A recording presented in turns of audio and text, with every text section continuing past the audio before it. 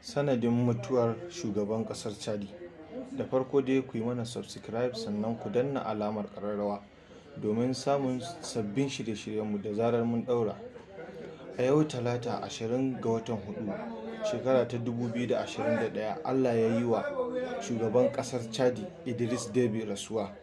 Shugaban ya shafe shekara 31 yana mulkin kasar Chadi. Tun shekarar 1990 ya karbi mulkin kasar. Allah ya yi wa wannan shugaba rasuwa ne sanadin raunuka da alburusai da ke jikinsa, wanda ya shafe tsawon lokaci yana jinya.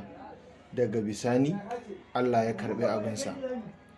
Bayan mutuwarsa nan take ɗansa ya karbi ragamar ƙasar ƙarƙashin jagorancin rundunar sojojin ƙasar, wanda suka ba da wa'adin wata 18 sai a yi sabon zaɓe a ƙasar.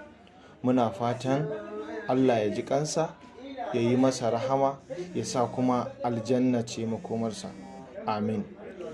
Ku ci gaba da kallon tasharmu mai albarka Nasara TV Plus domin samun labarai da dumi-duminsu. Mun gode. Nasara TV Plus ta ku ci.